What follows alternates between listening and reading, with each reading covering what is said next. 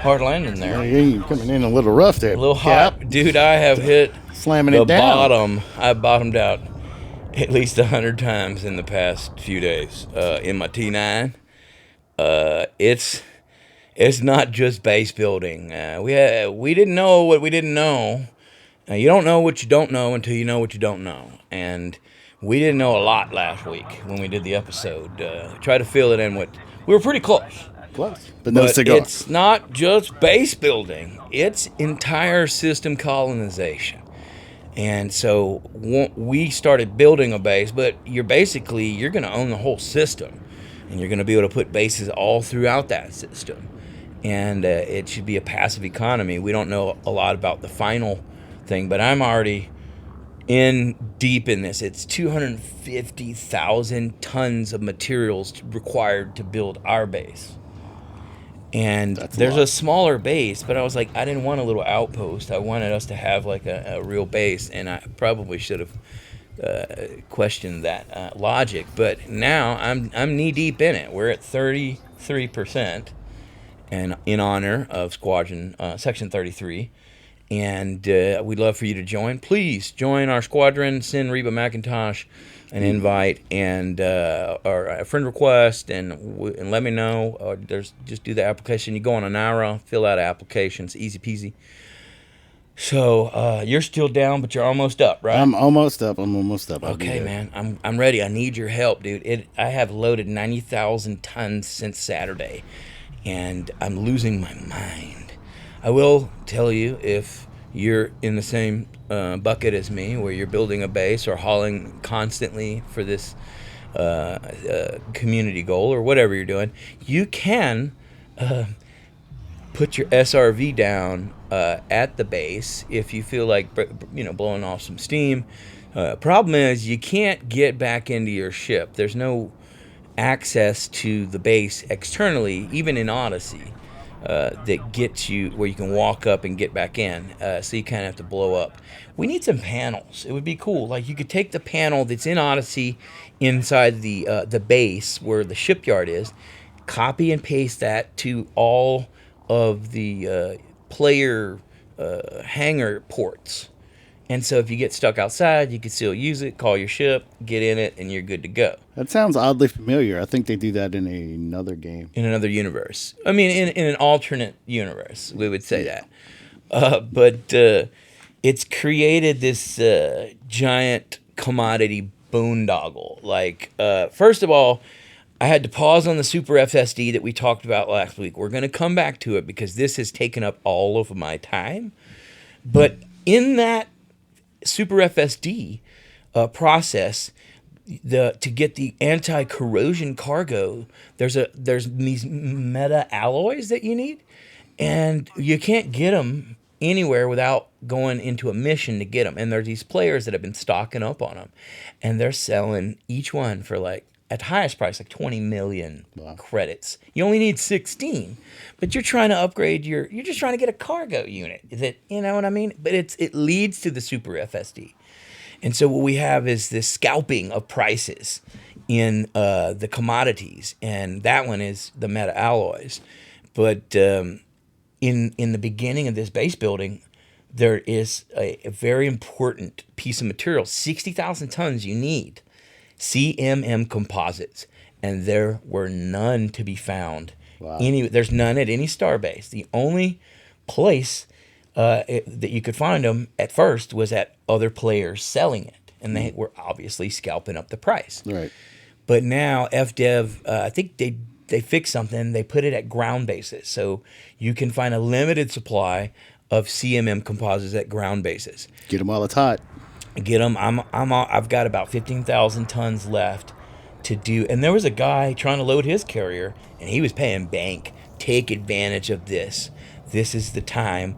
He was paying like 50,000. He was paying like 1,000 times what I paid for it, and I just got it from the base. Deliver it to him. I'd get 50 million. Boom, boom, boom, boom. I made like $500 million in an hour. Nice. So if you want to make some money quickly, you can get on Anara. The website that helps you. It's INARA, and it tells you everything where everything is in the galaxy. and there's videos on the internet to tell you how to use it. But for the most part, it is a crucial part in moving commodities in the galaxy.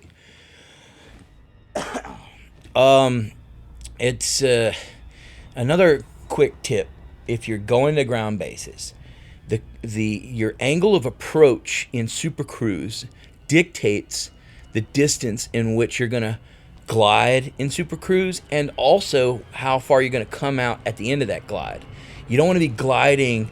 If you come in at a low angle like 35 degrees, you'll be gliding for like a minute. If you come in down like at a 55 degree angle, you'll be gliding for 20 seconds maybe. And this will also put you closer to the base. You can hit the button to call let the auto dock unless you want to fly. I don't particularly like the base auto dock. It's much slower, and it fights you if you try to manually land. Yeah. It's like and I was just like doing karate with my hotas, but I won the battle. I just decided to let the auto dock take over when you get really, really close. I like a long glide. I'm a glide man. I try to get that angle just right. Yeah, no, it's nice. Do that glide in. I like that. Plus, if you're trying to get a look at the landscape, like if there's Right. mountains, and you kind of like look at the craters. But in cargo, nothing matters other than cutting down your distances and time. And Time is important. I've been timing this. It takes 10 minutes to go straight from a base to my system colonization ship in our new system. That's a good 10 one. minutes to get there and to make that loop. Actually, that's just one way. And it might be both ways, but on a carrier, it's slightly faster, but not that much, because now you're having to drop off twice. And there is a user on Reddit named Trecorio that said that there's an exploit that you can use your escape pod to teleport from the carrier to the base.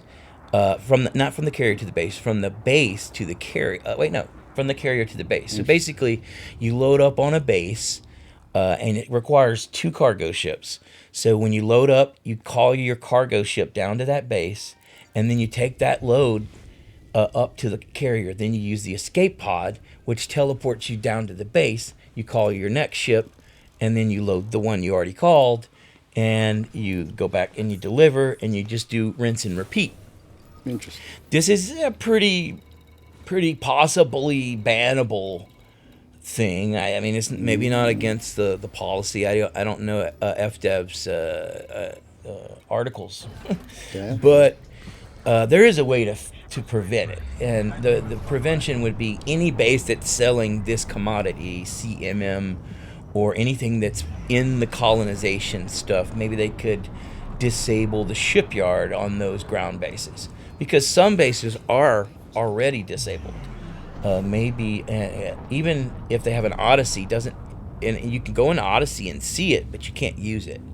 So maybe FDEV's already kind of working that, but it's quite frustrating when you can't find the materials you need, because we have a timeline. We have 27 days. I'm down to 21 days today, and we're at 33%. I'm on track, but if anything happens, like I gotta work a lot or something, like I'm not gonna be able to complete this goal without your help, and so I need your help. I need your help. I'm sending a desperate call. Please join our squadron if you're not in one, or if you're in one that's not active. We're gonna do a lot of cool stuff. You got benefits. As soon as our base is done, if you have a base, we will help you build it. Absolutely. Yes, like we will load up and take our carrier to your base and help you get finished up. So just join our squadron, Section 33. Look us up on Ainara.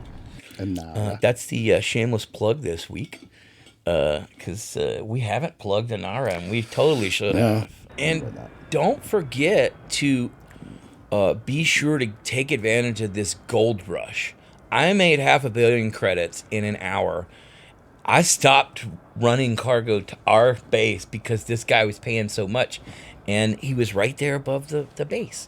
And so you look up who's paying the most right now in Ainara and go there. It just so happened it was one system over, but you don't have to go in your cargo ship. You could go in your jumper, get to the other side of the bubble where the guy's doing it and see if he's still there. If he's still there, then you call your T9 and start loading cargo and make you some bank. And if you're smart, you could even sit on his carrier. Like, say, if you're done for the night, just leave your ship on his carrier. He probably will be back doing the same thing the next day. And you won't have to, like, look around anymore because he needs 60,000 tons of this stuff. And that takes time. I have run 90,000 tons since Saturday. Definitely an opportunity to make some money, even if you're not base building or interested in it. Just make that space cheddar, baby. And I also was just this week had looked in my friends list. Take a look at your friends list and see who's back on. A lot more players are back on. And I saw this guy. It was like 2 a.m. and he was like 50,000 light years away from the bubble. And I sent him a message. What are you doing out there? And he was like, oh, I'm doing biodiversity or whatever, the bioscan, and I'm streaming on Twitch. And so I checked him out. And now, like he's probably gonna watch this episode. I should have put him a shout out. Yeah. I could probably look that up real quick. Mostly useless. I think his name is. You do some talking while I look this up. Let's see. Talk about something that you're gonna do this. What other space games are people playing out there? Like, yeah. What other games are you playing? Are you in the Stanton system? Or are you in the procedurally generated world of No Man's Sky? They have no space legs in No Man's Sky. Can they just call it No Legs Sky? Yeah, there's no legs in your ship. The game is practically perfect on all fronts, but you have no legs in your ship. What's going on with that, Hello Games? I don't know. I don't think I can find that. So we're just going to give up on it. But I'll post it in... you'll see it behind me. You flash it on the screen. Yeah, we do some flashes. Yeah, you've got, bright lights. all that ability. Yeah. So again, thanks for joining us. I'm Reba McIntosh. Mr. 33. And this has been an episode of Mostly Useless. We'll see you in hyperspace. You got some hyper sleeping pills? Yeah. I took one the other day. Nice.